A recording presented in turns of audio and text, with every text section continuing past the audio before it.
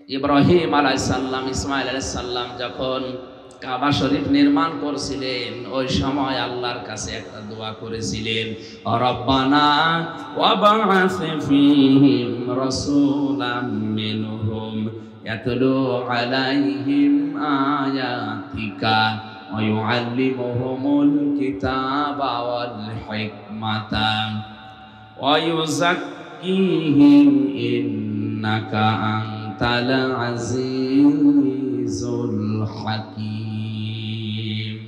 হযরত ইব্রাহিম কাবা শরীফের একটা একটা করে পাথর লাগাচ্ছিলেন, ইসমাইল পাথরগুলো তুলে দিচ্ছিলেন। এমন সময় তিনি দোয়া করলেন ওই মাকামে ইব্রাহিমের উপরে দাঁড়িয়ে, যে ইব্রাহিম আলাইহিস সালাম যে পাথরটায় উঠছিলেন, পাথরটা লিফটের মতো, উঠলেই পাথর উপরে চলে যায়, উনি পাথরটা লাগিয়ে আবার যখন নিচে নামার মনে করেন পাথরে দাঁড়ান, পাথর এমনিতেই নিচে নেমে যায়। লিফটে হয়তো মেশিন লাগানো ছিল, আর ওখানে ছিল আল্লাহর একটা কুদরতি মেশিন। জোরে বলেন আল্লাহু আকবার। এই যে উঠতেছিলেন, পাথর লাগাচ্ছিলেন, নামছিলেন, এই অবস্থায় একটা দোয়া করেছিলেন, সে দোয়াটা আল্লাহ কোরআনে তুলে দিয়েছেন। তিনি বললেন, রব্বানা, হে আমাদের মালিক, হে আমাদের রব, ওয়াবাস, তুমি পাঠাও, ফীহিম রাসূলাম মিনহুম ইয়াতলু আলাইহিম আয়াতিকা, তুমি আমার এই বংশে আমাদের ভেতরে এমন একজন রাসূল প্রেরণ করো যে তোমার আয়াত তেলাওয়াত করে মানুষকে শোনাবে। তাহলে রাসূলকে বন্ধু হিসাবে পাওয়ার জন্য আল্লাহ যে 4 দফা কর্মসূচি দিয়েছেন, 1 নম্বরে আমি যদি রাসূলকে বন্ধু হিসাবে পেতে চাই, কোরআনে কারীম তেলাওয়াত করে মানুষকে শোনানো লাগবে। এটা আমার দায়িত্ব। এটা কি? এই দায়িত্ব হয়তো কুষ্টিয়া থেকে পর্যন্ত এসে আমার পালন করা সম্ভব না, কারণ এখানে আমি চিনি না, জানি না। যারা এই ব্যবস্থাটা করে দিল, কোরআন বোঝানোর, কোরআন প্রচার করার, আল্লাহ তাদেরকে এই আয়াতে শামিল করুন। জোরে বলেন আমিন। রাসূলকে বন্ধু হিসাবে পাওয়ার 2 নাম্বার পদ্ধতি হচ্ছে আল্লিমুহুমুল কিতাব, কিতাবের শিক্ষা ব্যবস্থা জারি করা। আমাদের সিলেবাসে কোরআনে কারীম 100 মার্ক থাকবে। এটা যদি মুসলিম দেশে থাকতো, ও যদি ম্যাজিস্ট্রেট হয়, ডিসি হয়, টিওনো হয়, বড় বড় জায়গায় যায়, পিটিয়েও তাকে ঘোষ খাওয়ানো যাবে না। ঝিনাইদার এক টিওনোর বাড়িতে একবার উপস্থিত হয়ে দেখি ওনার আমার চা দিল, সে বিস্বাদে চা দিয়েছে, কিন্তু নিচে কোনো পিরিচ নেই। আমি হেসে ফেলেছি।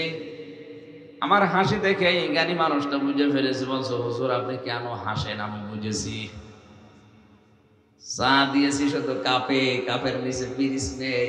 সকালবেলা আমার ওই ছোট বাচ্চাটা পিরিচটা ভেঙে ফেলেছে। পিরিচ যে কিনবো সে টাকা আমার হাতে এখন আর নেই, অথচ আজ গতকালকে আমি একটা সই করলে 10 লাখ টাকা পেয়ে যেতাম।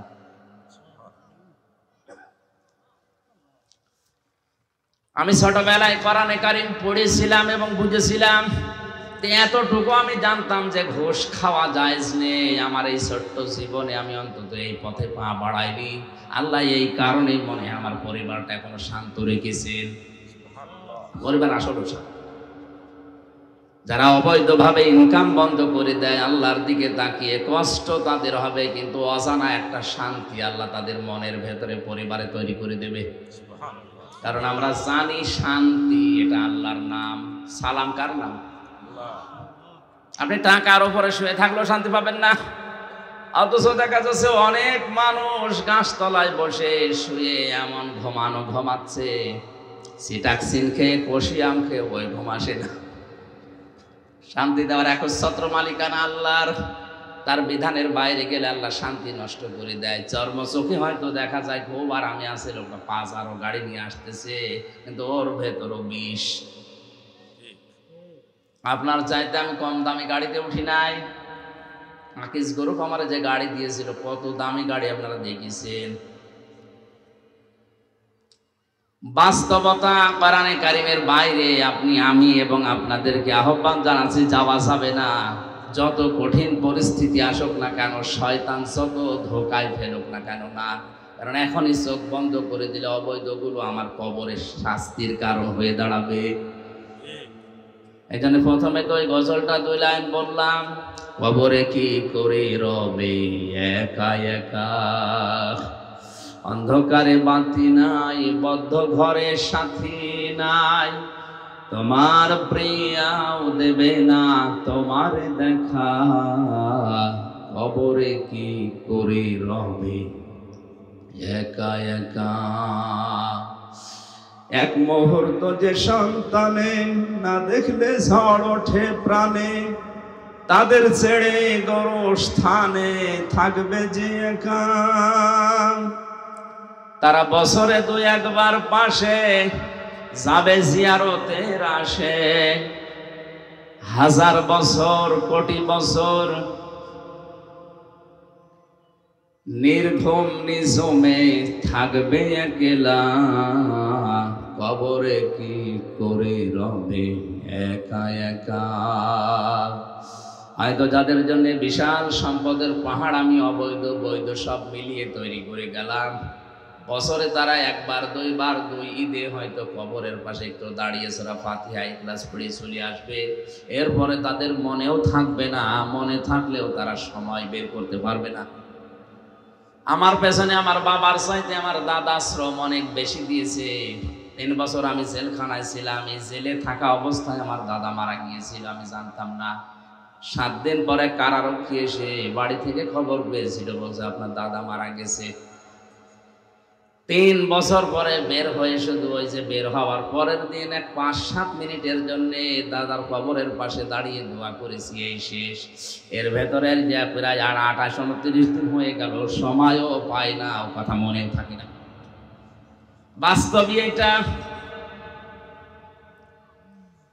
টিওনো সাহেবকে বললাম, আপনি এই অবস্থা করলেন, গতকালকে একটা সই করে দিলে যদি 10 লাখ টাকা পেতেন, এরকম কাপ পেরিস তো আপনি হাজার হাজার কিনতে পারতেন। ছোটবেলায় উনি যে সুদের আয়াত পড়েছিলেন ওইটা ওই পর্যন্ত ওনার মনে আছে, যে ঘুষের আয়াত পড়েছিলেন ওই পর্যন্ত ওনার মনে আছে। এটা কিতাবের শিক্ষা ব্যবস্থা যদি জারি করা যায়, যদি চালু করা যায়, প্রাথমিক অবস্থায় এটা যদি ঢোকানো যায়, ও বড় হয়ে যত বড় জায়গায় যাক না কেন, আল্লাহর কসম ও ঘুষ খাবে না। আর এই সমস্ত মানুষ যদি ঘুষ থেকে ফিরে আসতে পারে, যদি ফিরে থাকে, 1734 জন মানুষ আছে এই দেশের দায়িত্বে, মাত্র কয়জন? 1734 জন। এই মানুষগুলো যদি হযরতে ওমরের মতো সিদ্ধান্ত নিয়ে ঘুষ নামক এই বিষ থেকে ফিরে থাকতে পারে, বাংলাদেশ আল্লাহ জান্নাত হয়ে যাবে। মসজিদের ইমাম সাহেব যদি বলে আমি ঘুষ খাই না, আমি ভালো মানুষ, তো ওরে ঘুষ দেবে কে? ওর কাছে ঘুষ নিয়ে যাবে কে? টিওনো সাহেব, ওসি সাহেব, ডিসি সাহেব, এসপি সাহেব যদি এমপি সাহেব বলে আমি ঘুষ খাই না, ওটা আল্লাহর ওলি। ওটা কি? তো ওই জায়গায় আল্লাহর ওলি বা টিকে থাকার জন্য যেটা দরকার সেটা কিতাবের শিক্ষা। কোন কিতাব বলেন তো? এটা হযরতে ওমরের মতো টপ টেররকে যদি 0 থেকে হিরো বানাতে পারে, আমি হামজাকে 0 থেকে হিরো বানানোর ক্ষমতা এখন আর নেই? অবশ্যই আছে। রাসূলকে আমরা বন্ধু হিসাবে যদি পেতে চাই, অবশ্যই কোরআনের শিক্ষা ব্যবস্থা পরিবার থেকে আমাদের সিলেবাস পর্যন্ত জারি করা লাগবে। এতটুকু শেষ করেননি আল্লাহ। আল্লাহ বলেন হিকমত শিক্ষা দেওয়া লাগবে মানুষদেরকে, ওই যাক্কিহিম পবিত্র করা লাগবে কোরআনের মাধ্যমে। 3 নম্বরে তোমাদের বন্ধু হবে ঈমানদাররা। ঈমানদারকে আল্লাহ বন্ধু হিসাবে গ্রহণ করার জন্য আদেশ দিয়ে শেষ করেননি। 3টা গুণ যাদের ভেতরে আছে তারা ঈমানদার। 1 নম্বরে যারা দুনিয়ায় নামাজ কায়েম করে, 2 নম্বরে সম্পদ থাকলে যাকাত দেয়, 3 নম্বরে যারা রুকুকারীদের সাথে রুকু করে, তার মানে জামাতে হাজির হয়ে যারা নামাজ পড়ে। এই 3টা গুণ যাদের ভেতরে আছে এরা ঈমানদার। এদের সাথে বন্ধুত্ব করার নির্দেশ কার? ওমাইয়াতাওয়াল্লাল্লাহু ওয়া রাসূলাহু।